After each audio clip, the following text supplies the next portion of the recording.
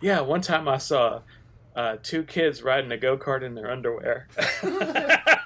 Yeah. That is Cabbage Town, man. There was like this whole block that was just dirt where kids would ride their four-wheelers and go-karts in it. Yeah, there's clouds of dust. And now those are $1 million condos. Yeah, In that same 100%. 100%. I'm Amber Nash, the voice of your favorite HR nightmare, Pam Poovey. We're doing an Archer rewatch podcast because I don't have a job anymore. This season, each episode is hosted by me and a guest co-host from the main cast.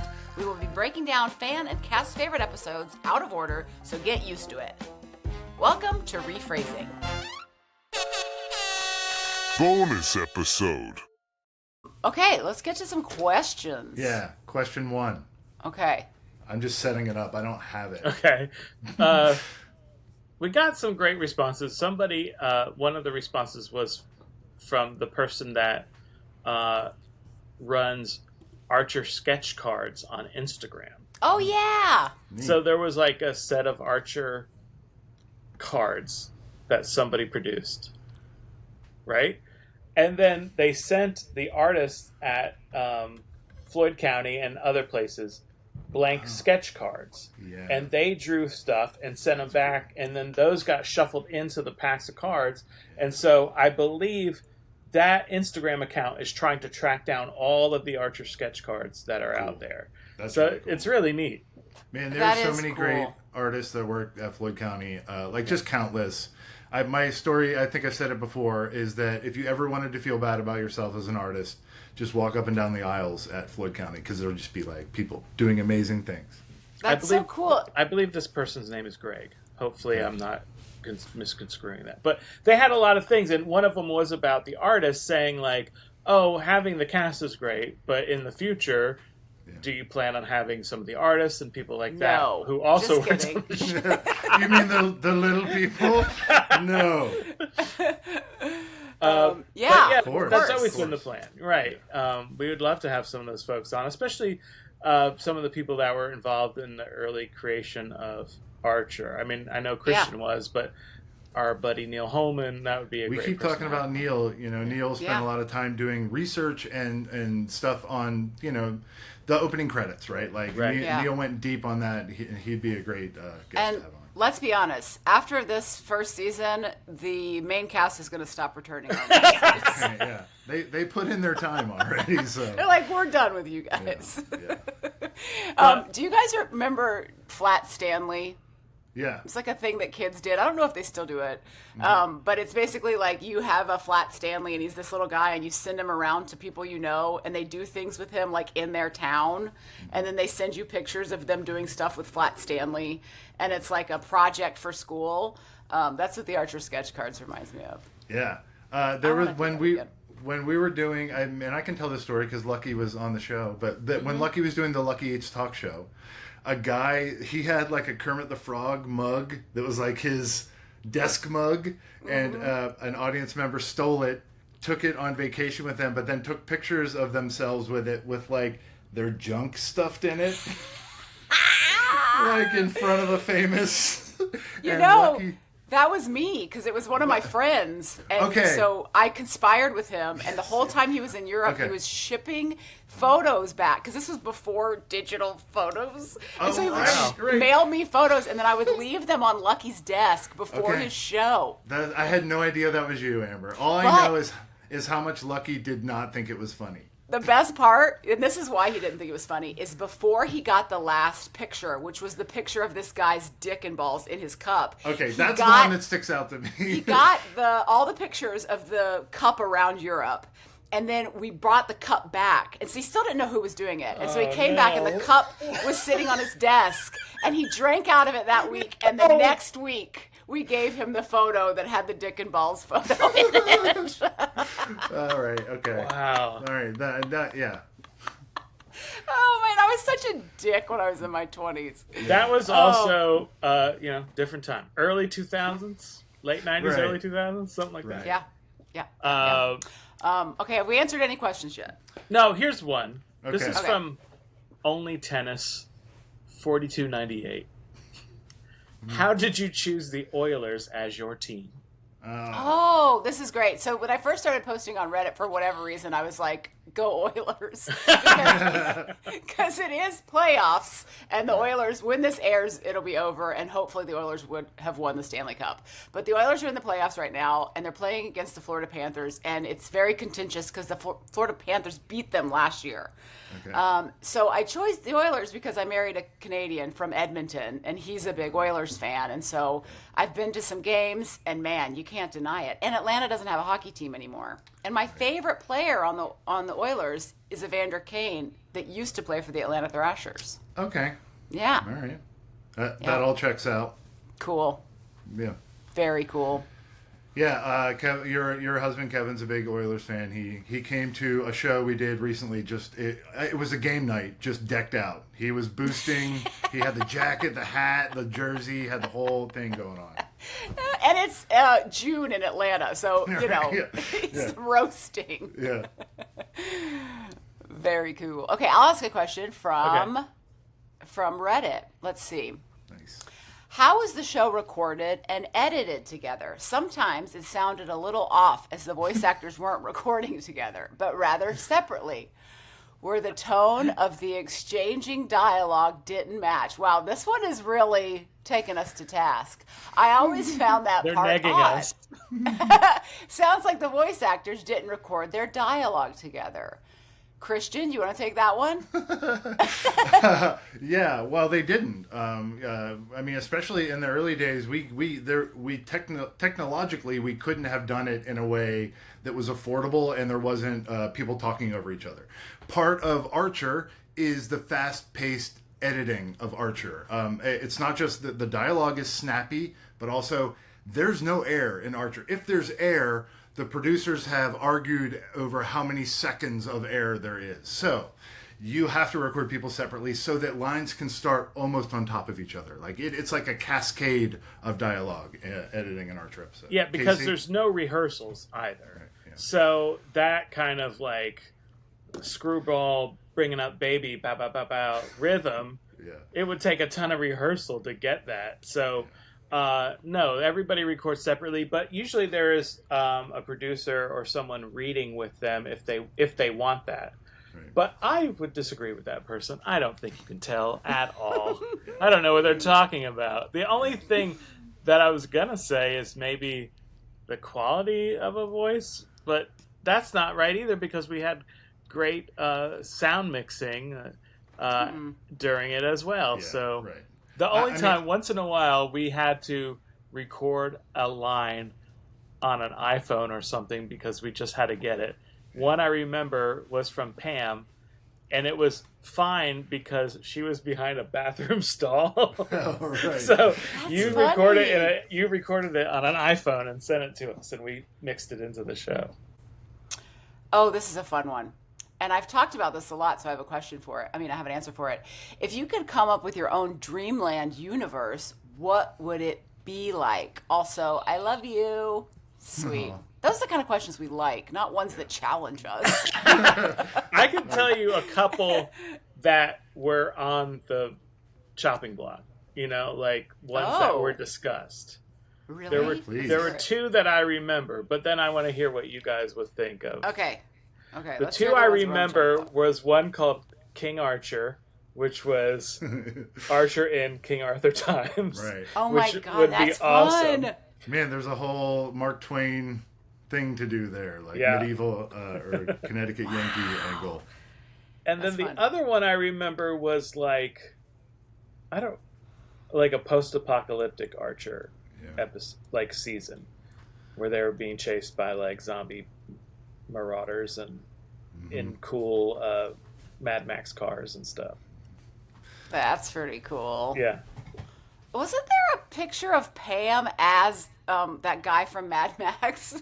Yes. So not every year, but many years when we would go to Comic-Con, we would write a little opening bit and animate it for the beginning of the panel, especially if we didn't have an episode to show. Mm-hmm. And we would try to lampoon either something that was coming out or just came out last year. I remember the first one we did had Archer just in an Iron Man mask and nothing else. And he just said Tony Stark naked. That's all I remember. But one year Pam was a Morton Joe. Right. Yeah. From Sure You're Right. It looked so awesome good. too. Yeah, it was great. I got to edit that little thing. Nice. For Comic Con. Yeah, I remember That's that. so It was great. fun. And that drawing, it was so great. It was really as a good. Morton Joe. So good. I need that. So mine, it's kind of two. It wouldn't be both of these, but it could be one or the other. And it would be like Vikings, like where Pam was like a Viking queen, or pirates would also be very fun. Something on the high seas, I think, would be really amazing. We did the pirate at the beginning of the third season. Yeah, there's a pirate arc. Yeah, we do I don't remember. Oh, Heart yeah, of yeah, Archness. yeah. But It's it like wasn't. modern day, It wasn't the type of pirates you're thinking of. I think. yeah. It was more modern day pirates. You know what's interesting about this question is that I think I just like a lot of the same old shows that Adam likes. So I think we both share a love for Donald P. Bellisario. I know I've mentioned it before, but he's the guy who created Magnum P.I. He created and wrote the bulk of the series. He also created Airwolf, the Tales of the Golden Monkey. Yeah. Like just a bunch of stuff that were all really incorporated into Archer, like story flips. And then if I had to pick, I'd be like, well, do C-Lab and then do Space. And like Adam did all that. Like he mined all of the stuff that just I love. And so I appreciate that. I don't have a better suggestion. I'm a fan of the guy that created shows like Fantasy Island. Who's that guy? Oh man, I don't know. That's the kind of stuff I was into. Isn't that Spelling? Oh, is is that it? Spelling production? Aaron Spelling, I think. Nice. I could be wrong. Oh, Gene Levitt. Huh. Oh. Well, maybe Aaron Spelling was a producer. And Donald P. Bellisario did Quantum Leap. I tried to rewatch Quantum Leap. I loved Quantum Leap. Oh, does it not hold up? It's just tough. I tried to start it from pilot, and it's tough to get through that 2-part setting everything up pilot, which was always Matt Thompson's thing. He hated pilots. He always wanted his shows to just start in the show. Like, don't set up the show. Don't give me pilot episode. Just start doing the show. Interesting. And that's hard to do. Yeah. I got. Okay, I'm gonna get it. Oh, go ahead. One from No Trash 3500. Okay. And it says, is the future of Archer post Into the Cold like a movie or another season or even a comic book? And do you think the whole cast would return? It's a great question. I think the future is nothing right now. Yeah. I mean, I haven't heard anything, but I do feel like another season, it's what FX wants to do, because they kind of really own it, right? They own the property. So you're saying it's up to them. It's Whatever up to FX them. wants to do it, but Disney doesn't want us to do it. Is that what it is? No. I don't know. I haven't heard anything like that. I'm just saying it would be Take up to this out. them. Christian, take this out so I can work. The mouse. But I think, like, it wouldn't be a comic book, I don't think. I don't think Adam likes comic books that much, if I remember. What about was there ever any serious talk around a movie bandied about? I mean, yes. Okay. Because I think that's what people would be most excited about. Yeah, I think there's been talk, in the way past, there was talk about a live action movie as well. Oh, wow. Which Wow. would have That been movie they already made, The Man from U.N.C.L.E., which is essentially Archer. Yes. Oh. Uh-oh. Oh, no. Hey, dude. Can you say hi? Oh, can you do your catchphrase? Wait, let me unplug so I can do your catchphrase. All right, Elliot. Do your catchphrase. Hey, Popcorn Betty. Right, sorry, can you guys give me 5? Can I just take a quick break? Yep. Sorry about Yeah, no that. problem. Yeah. You guys talking about me? Yeah. Yeah. You talking about kicking me off the show? We don't know what the date is. we got to find a good date. I got a question. Are you ready? Okay, go ahead. Yeah. Oh, yeah. Okay. I got a question. This is from Instagram. You can follow us on Instagram at RePhrasingPod. Nice. Is that correct? Is that even our handle? Yes. I don't know. Okay. The question is, This is a great one. Who is Mr. Ford, and why is he the best character ever? Oh man, nice! What a pleasure to get to talk about Mr. Ford. Mr. Ford. So I'll tell you guys what I know about Mr. Ford, and you know more because you were actually on the ground there. But Mr. Ford was the neighbor of the horrifying house in East Atlanta that we've talked about on this podcast several times, where 70-30. Did 70-30 start there? No. Technically 70-30 started in New York when Matt and Adam did C-Lab, but that was the 70-30 house. Yeah. So Mr. Ford lived across the street, I think. Yeah, and almost directly across the street. He would, I know that he would mow lawns around the neighborhood and wear a batting helmet in case a rock got kicked up, which is very smart. Yeah. Good for your brain health. And I don't know how he ended up doing voice work for those guys, but he did, and then he became one of the best voice actors of our time, and just is a fantastic man to be around. But that's all I know of Mr. Ford. Yeah, that's pretty accurate. I mean, I don't know the exact story of the meeting, but I have to assume Adam is the kind of guy that would go talk to the old guy cutting his grass across the street. Like, that's the kind of guy that I think Adam is. And I think they just saw, and Matt too, Matt Thompson's the same kind of person. They probably just saw him over there and I'm sure Mr. Ford wanted to know what was going on in this house. I think he thought something shady was going on because every morning 7 cars would pull up into the driveway, and then every day at 6 they would all leave. So it's just like, what's happening? Is it legal to be doing what you guys were doing, like I doubt to run a it. business out of there? Okay. I don't know. Doubt it. I also know that serendipitously he worked at the Ford plant in Atlanta for his whole career. Well, now I'm glad you brought that up, because one of the things that Mr. Ford would often talk about were car crashes, various car crashes that he had gotten into throughout his life. Wow! And when we were writing The Exticles, the 2-episode spin-off of Frisky Dingo, Mr. Ford was like a main character. Yes. And one of the things he would talk about were all the car crashes he would get into. And like outside of the booth, he would just start talking about a car crash. He'd be like, I crashed a Cutlass, and it's, it's a very big car, and just like a really interesting story. And then we would write a version of that story, put it in the script, and try to get him to record it, and he just couldn't do it. No. So Mr. Ford was really great at a short sentence. He was not an actor. He was an old guy who lived across the street.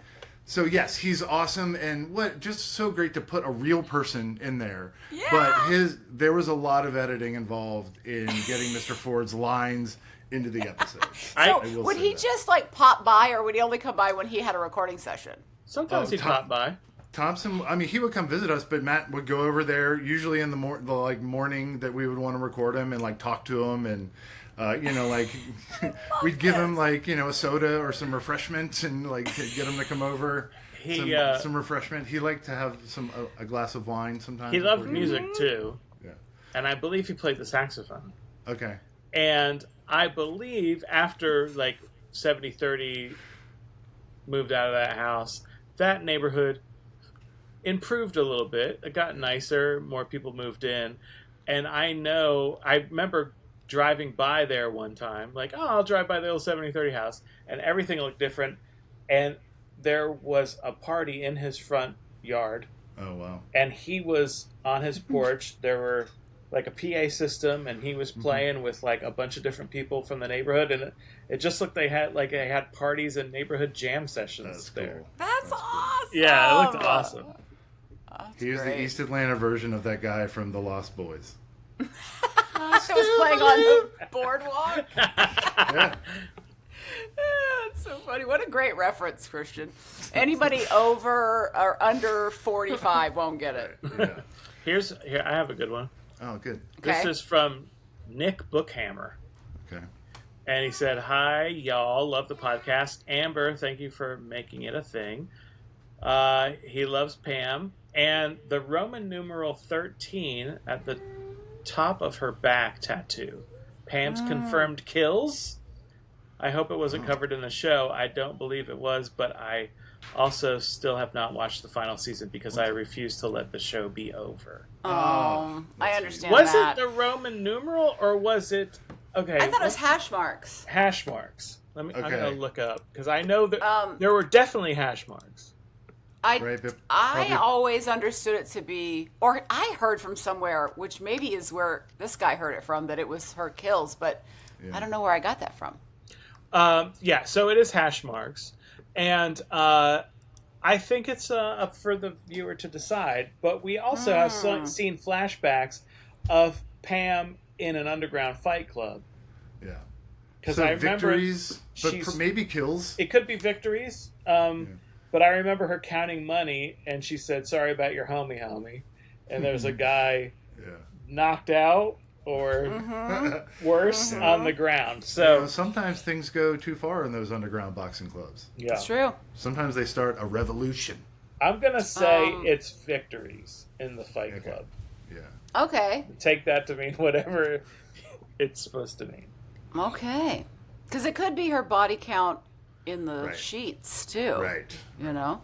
Times You think she's got 100? Times more. 10? Yeah. Yeah. Each hash is a 10. She's got another place where she keeps those hashes. Once it gets to 10, then she'll put it on her back. Great one. just so Okay. people can see what they're working with. I got another one from Instagram, and I So don't actually I- know the question. Oh, go ahead. I just want to say that anytime I look at the list of questions, I look and then I glance back at my picture. I'm like, I feel like an ancient person doing it. We're all, I mean, we were making Fantasy Island references earlier. We are old Yeah. people. Why did you guys stop doing phrasing? Was it actually something that some of you got bored of, or was it killed off for another reason? Ooh, interesting question. I don't know the answer to that. Casey, do you? No, I think You're I don't better think it equipped was to a answer conscious choice, but things organically kind of move in and out. Right. Because I think in season 5, that's Archer Vice, was Archer coming down and saying phrasing, and then nobody backed him up on it, and he was just Yeah. like, "Are we not doing phrasing anymore?" Right. That was the death knell. Yeah, maybe. Well, but also I'd argue that Adam would just get sometimes bored with his own jokes. Even if everybody else thought his jokes were funny, he would sometimes get bored with his own jokes and just move on to something else. Totally. I've got Okay, one I'm back. here. Ooh. Oh, go ahead. I think BNOC 402. I think this is from YouTube. Is Archer Pam's best friend or Cheryl? That's a great question. I think, in my opinion,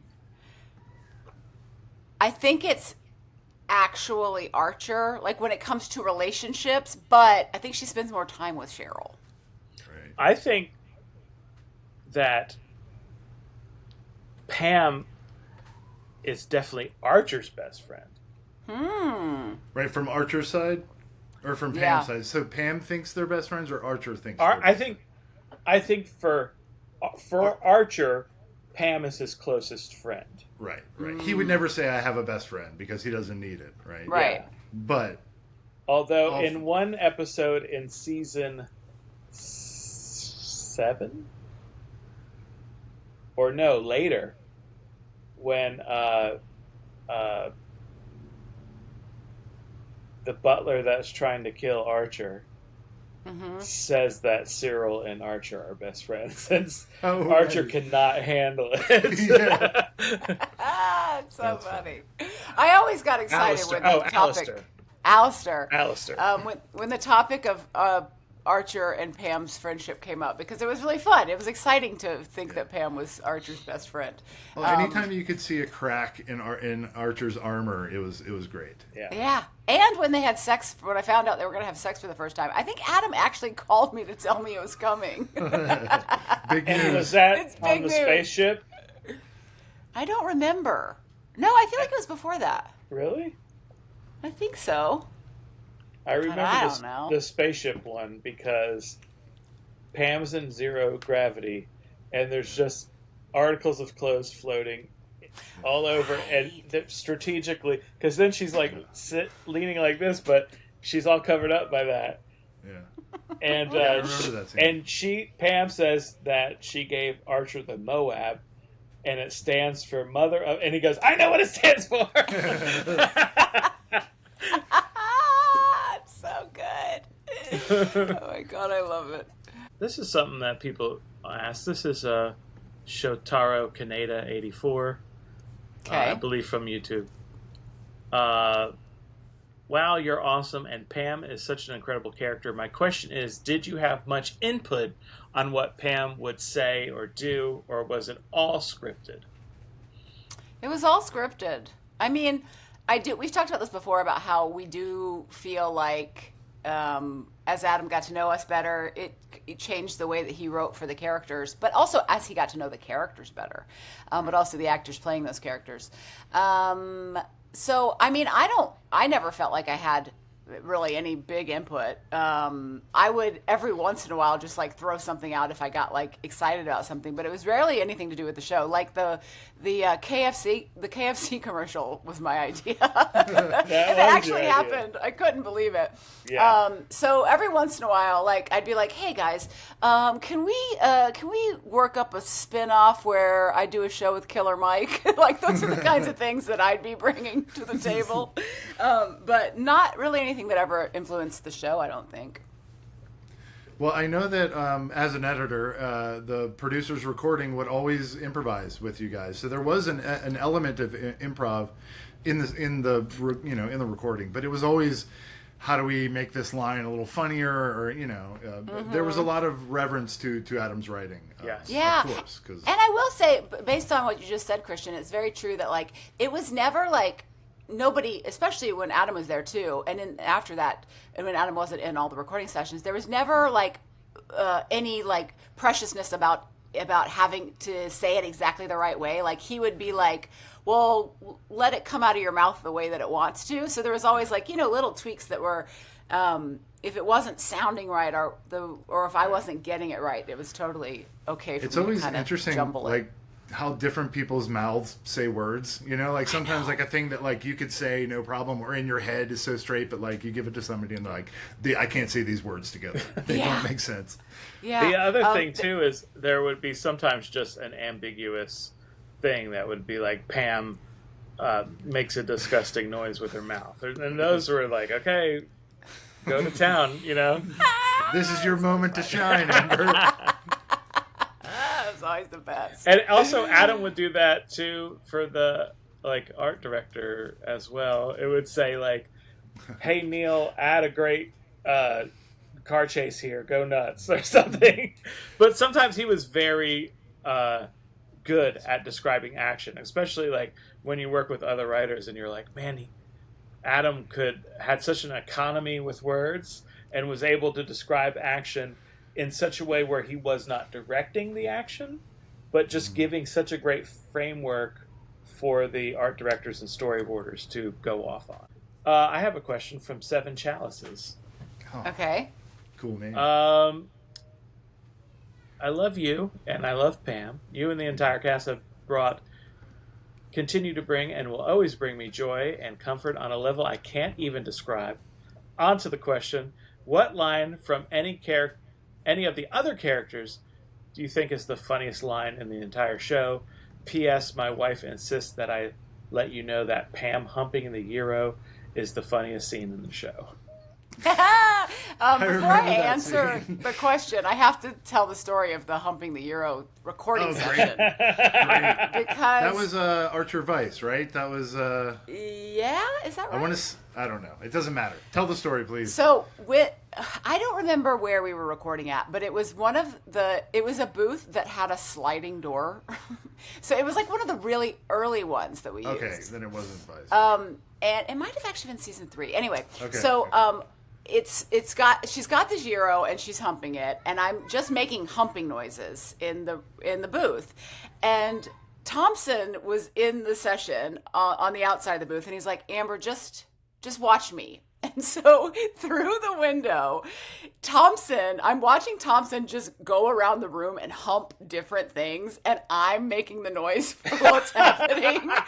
So he's like That's great. humping a chair. He's humping the engineer. He's humping a pencil. Like he's just humping things all over the room. And that's how I think that was sort of the final sounds that we used was from Matt just That's humping great. stuff. And he's the executive producer of the show. He's my boss. And that's the kind of job that I had. It was fantastic.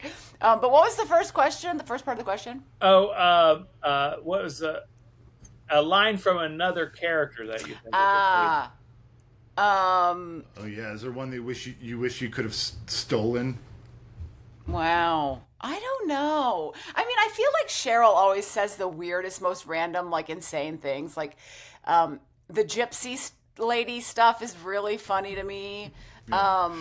Also, the fact, and this isn't necessarily a line, but the fact that like she went to work even though it was like her parents' funeral. Like just what an insane character Cheryl is. So I would venture to say, even though I don't have an answer to this question, that if I did, it'd be one of Cheryl's lines for sure. Yeah. I'm too obsessed with what Pam says. I'm not listening to anybody else.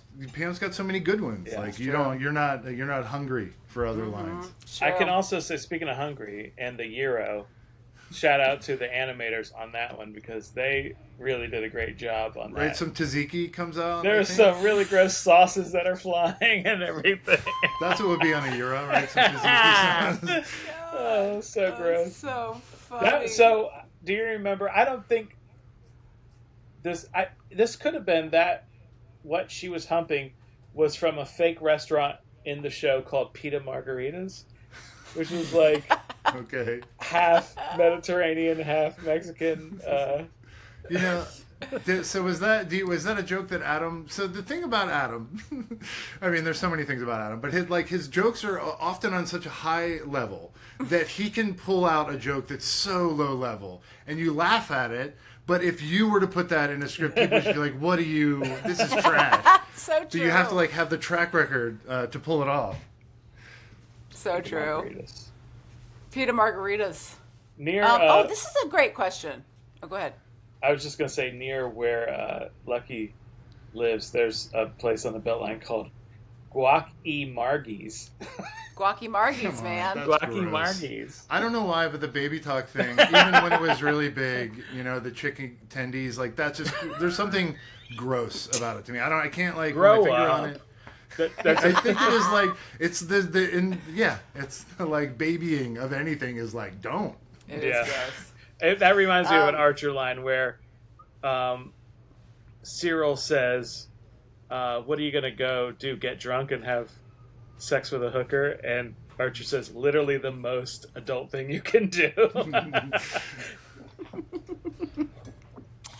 Here's a question that is similar to what you were talking about earlier, Christian. This question is, was Remington Steele an influence at all? I can see tons of 80s TV and movie influences, but never thought about Remington Steele until re-binging it and realizing that Remington Steele's series was nothing but intentional direct references to early Hollywood, and quite a few are similar to Archer stories. For example, there's a near duplicate of the Veronica Dean arc, except the character in Remington Steele is Veronica Kirk. Also, Archer is almost a dead ringer for Pierce Brosnan as James Bond. Interesting. Yeah, I see it. I don't know us ever talking about Remington Steele.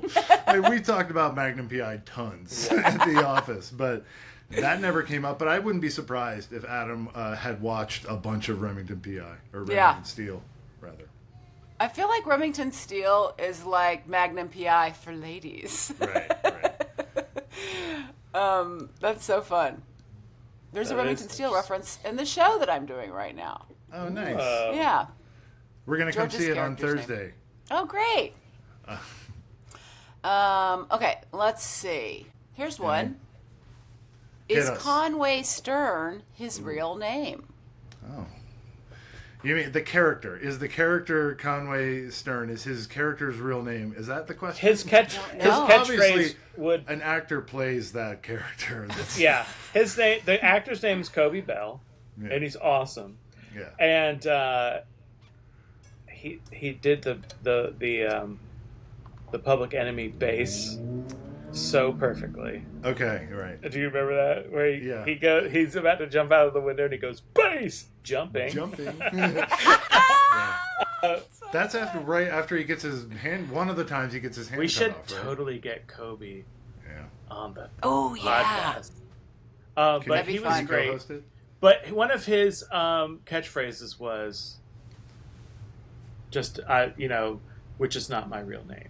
Like he'd say like something Conway Stern, which is not my real name. Right. So yeah, in the show Bible, what would it say about Conway Stern? I don't recall what his real name is. I don't think it was ever like many mysteries on Archer. It was never answered. Well, we just didn't have time. We couldn't get That around and to it. also I think that part of the fun is not having the answer. Right. Yeah, But sometimes, he lost both his hands, and then in one of the later seasons we had a big sheet of glass chop off one of his ankles. Yeah. So the goal was to have him completely cybernetic on all limbs, but we never got to do that.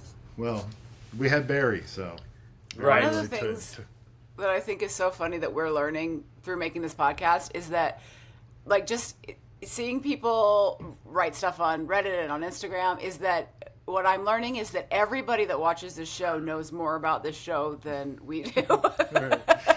Which is part of the fun. I mean, there's stuff that you guys know from being in the office and knowing shit, but it's like everybody's constantly screaming when we're like, we don't remember what this thing is. And people are like, we know exactly what it is. Why are you wasting our time? Here's a great one. At Dan728. What Okay. happened to the wee baby Seamus? Oh. Good question.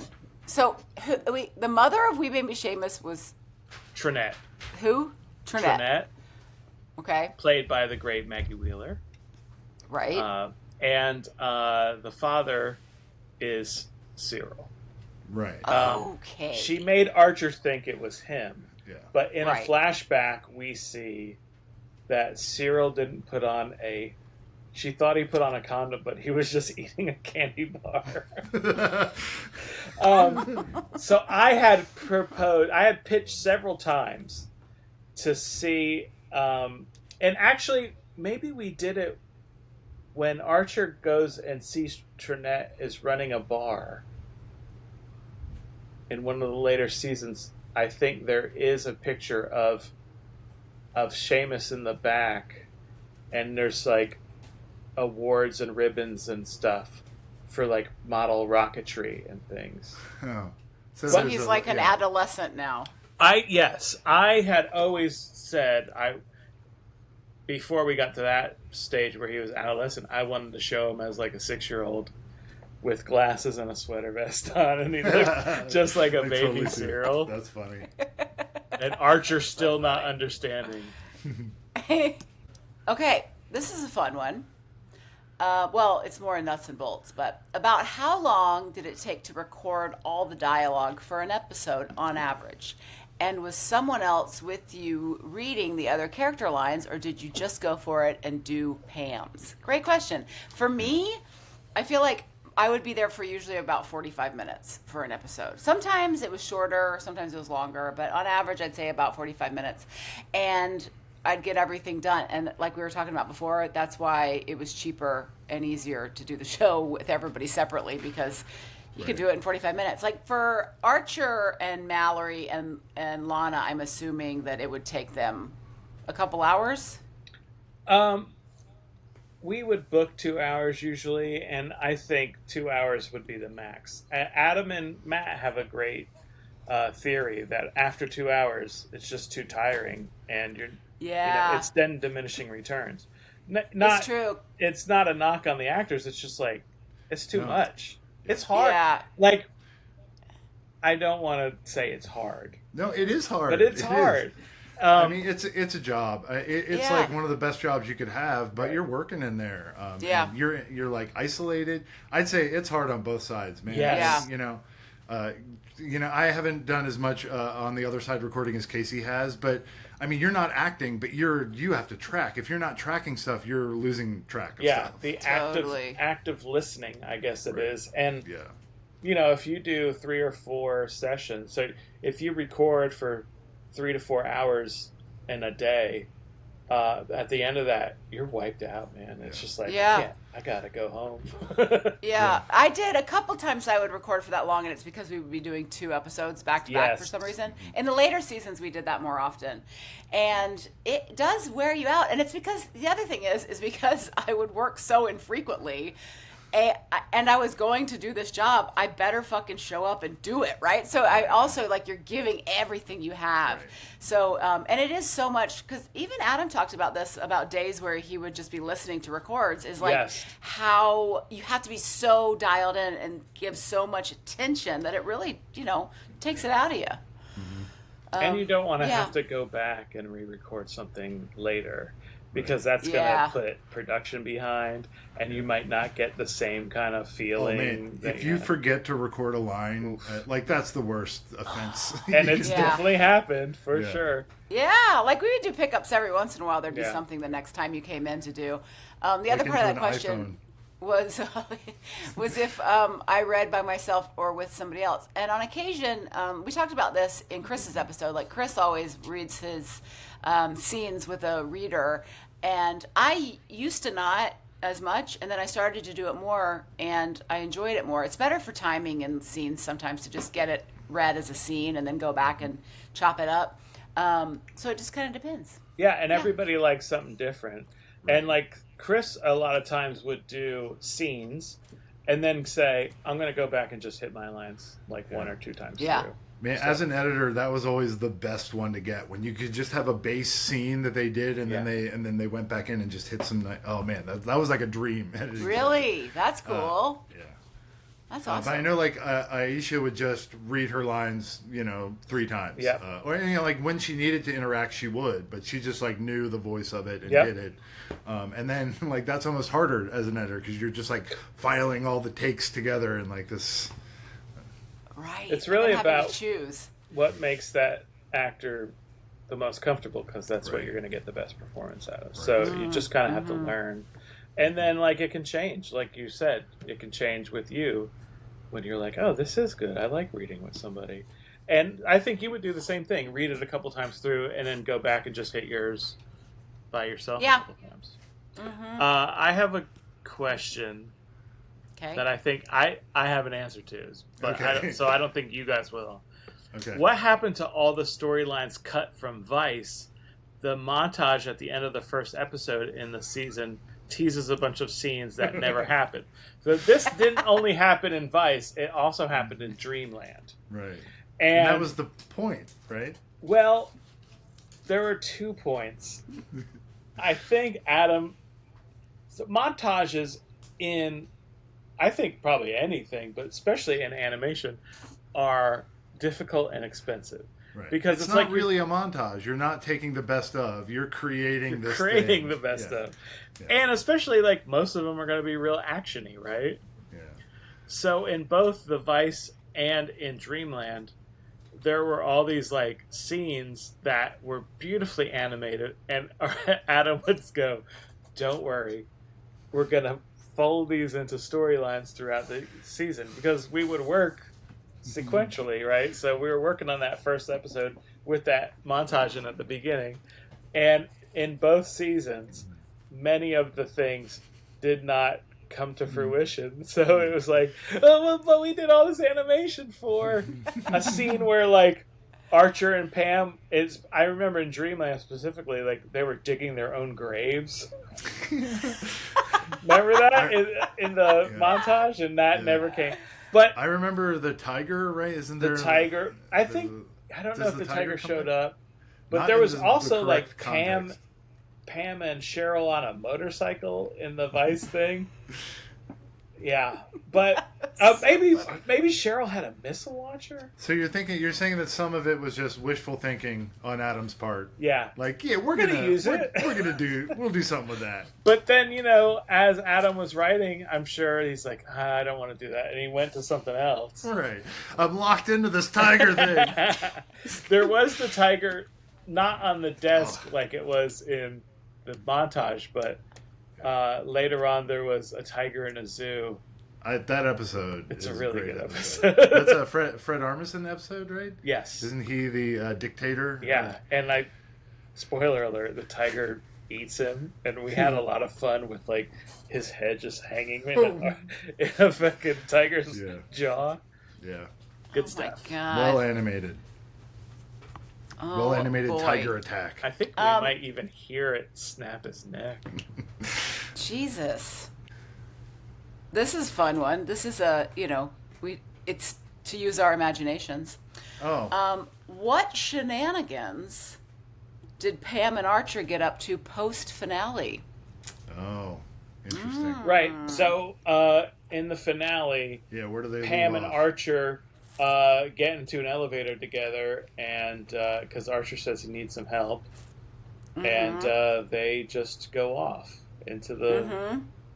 I don't know. I kind of feel like maybe they roamed around A-Team style, helped people in need. They walked the earth? They walked the earth. Yeah, my assumption is that they went into business together in some way. I like the idea of just roaming around helping people. Like Kane from Kung Fu, yeah. And probably, they probably got sexy a few times, I'm imagining. Just out of necessity. Yeah, who knows? But I do think maybe started an agency together, maybe became thieves. Yeah. Maybe, it would have to who be knows? because Archer was on the run. So, like... Well, I think they probably go on trial. They go to jail. They're in a military jail. They have to break out. And then they go they go into the underground after that. And if you can find them, you could probably hire them. That's so funny to think about. I always said that I wanted the ending of Archer to end with the way that the Hulk ends, and Pam was just carrying Archer off into the sunset. That would be awesome. I remember trying to work so many sad Hulk walkaways into C-Lab. Like, I pitched that joke a lot to those guys. Good. And it got in a couple of times. Oh, man. Okay, you got one more, Casey? I have one from, I think it's Great Lips with a Z. Right. Maybe I was high, but wasn't the original Archer supposed to be a dinosaur? Because there is the Archosaurus version of the pilot, Yes. right? But that wasn't the intended first pass at Archer, correct? No, correct. But it was made out to be like it was supposed to be a dinosaur. So those were always fun, and I don't know if we've talked about this before, but between seasons, FX would buy some DVD extra stuff from us. And so we would create whole things, and that would keep people employed through the hiatus. Right. Yeah. Was the thing, because we saw this at Comic-Con, and I don't know if this was a DVD extra, but it was when Archer wakes up and they unwrap his head and he looks like John Benjamin. was that a like DVD extra? Thing. I don't It remember. was so funny. I don't recall if it was a DVD extra or just made for like Archer Lives or Comic-Con. Yeah. But that And so the was story funny. was that Archer got into an accident and he was in the hospital, right? He was completely wrapped up. And so then they go to unwrap his face, and then he just looks exactly like John Benjamin, but so kind of rough. Like, you guys made John look like he had big bags under his eyes, and he was like wearing Archer's suit, but it was way too big for him. Yeah, because he was also, whatever accident he was in also made him like a foot shorter, which I think Pam quick comments on. That's so funny. What I liked about it is whenever somebody would make a jab at John Archer, in that John had this like really funny thing he would do where he'd go, like he was internalizing it and like disagreeing. I hope that exists online somewhere, because people really should see it if they've never seen it. It's so funny, and watching it live with John at Comic-Con was priceless. One of the craziest things that was not a DVD extra, I think it was just John did it for Instagram or something really early in Instagram days, was he got a professional photographer and Christian Slater to play along with. It was basically like John inviting Christian Slater over for an Archer watch party or something. And then when Christian Slater, and it's just a photo essay, right? And so it's just photos of this. And when Christian Slater gets there, he's like, "Where is everybody?" And it's just him and John. It was so great. Funny. And Christian Slater, who we would also need to get on this podcast. Yeah, and I'm sure he'd do it. He's the nicest guy. He's so great. And a real Archer fan, and I'm so glad he got to be on the show. And one of the great villains of the series. I love that he's just called Slater. Like, that's so great. It's so great. So true. Okay, should we wrap it up here? Yeah. Sounds good. Perfect. And we have more questions to answer, so we could always do another one of these whenever we feel like it and get some more questions. This has been RePhrasing, an Archer Rewatch podcast. You can follow us on Instagram and TikTok at RePhrasingPod. Email us questions at rephrasingpod@gmail.com. Please, no pictures of your penis. That's just inviting pictures of their penis, isn't it? RePhrasing is produced by Amber Nash, Casey Willis, and Christian Danley. Our theme song is by Matt Hobbs. I'd like to say a special thank you to Raymond Carr, Jasmine Nash, and Jonathan Strickland. RePhrasing will be back for Season 1 on October 7th. And don't forget, FX's Archer is now streaming on Hulu.